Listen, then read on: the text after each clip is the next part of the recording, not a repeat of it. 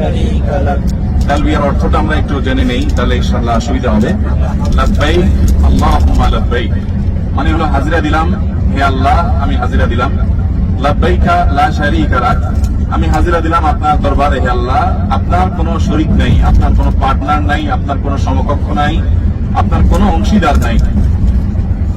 ইন্নাল হামদা নিশ্চয়ই প্রশংসা, ওয়ান নি'মাতা এবং নিয়ামত, লাক এটা আপনার, সকল প্রশংসা আপনার, সকল নিয়ামত আপনার। ওয়াল মুলক লাক ওয়াল মুলক এবং রাজত্ব, একচ্ছত্র রাজত্ব এটা একমাত্র আপনার।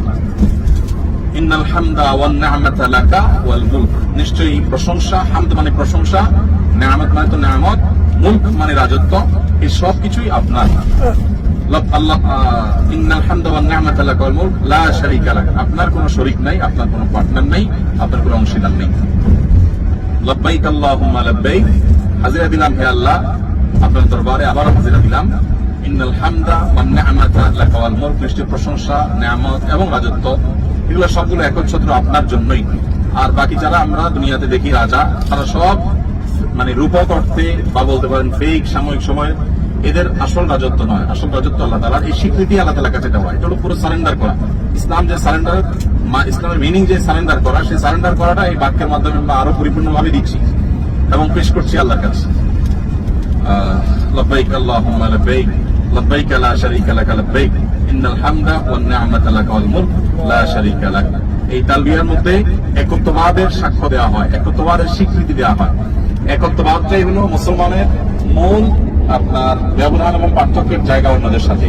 যে অন্যরা সবাই সৃষ্টিকর্তাকে বিশ্বাস করে, স্বীকার করে, অন্যরা পার্টনার সাব্যস্ত করে। ইমানদার তাওহীদবাদী সে পার্টনার সাব্যস্ত করে না, শরীক সাব্যস্ত করে না, সে একত্ববাদে বিশ্বাস করে। কুল হুয়াল্লাহু আহাদ বলুন হে আল্লাহ এক।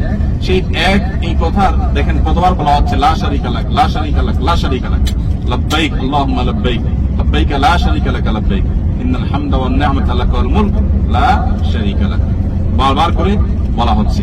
মক্কার মুশরিকরা এই হজের সময় ওমরার সময় যে তালবিয়া পড়তো, সেখানে তারা বলতো লা শারীকা লাক আল্লাহ আপনার কোনো শরীক নাই, ইল্লা শারীকান হুয়া লাক কিন্তু একজন শরীক আপনার আছে। তারা যে মূর্তি পূজা করতো একটার সাথে লাগাইতো যে আল্লাহ আপনার কোনো শরীক নাই, তবে একজন আছে। তো নবী করিম সাল্লাল্লাহু আলাইহি সাল্লাম আমাদেরকে শিখেছেন না, যেহেতু আল্লাহ এক অদ্বিতীয়, অতএব ওই শিরকপূর্ণ কথা না বলে আমরা তাওহীদের কথা স্বীকারোক্তি দিব। আলহামদুলিল্লাহ সেই তালবিয়াটা আমরা পাঠ করতে করতে যাব। আমাদের জীবনে, মননে, স্মৃতিতে, চিন্তায়, আমাদের সবকিছুতে তাওহীদকে গেঁথে নিতে হবে। তাওহীদ এটা ইমানদারের জন্য সম্মানের, শিরক এটা মানবতার জন্য অপমানের। কিভাবে?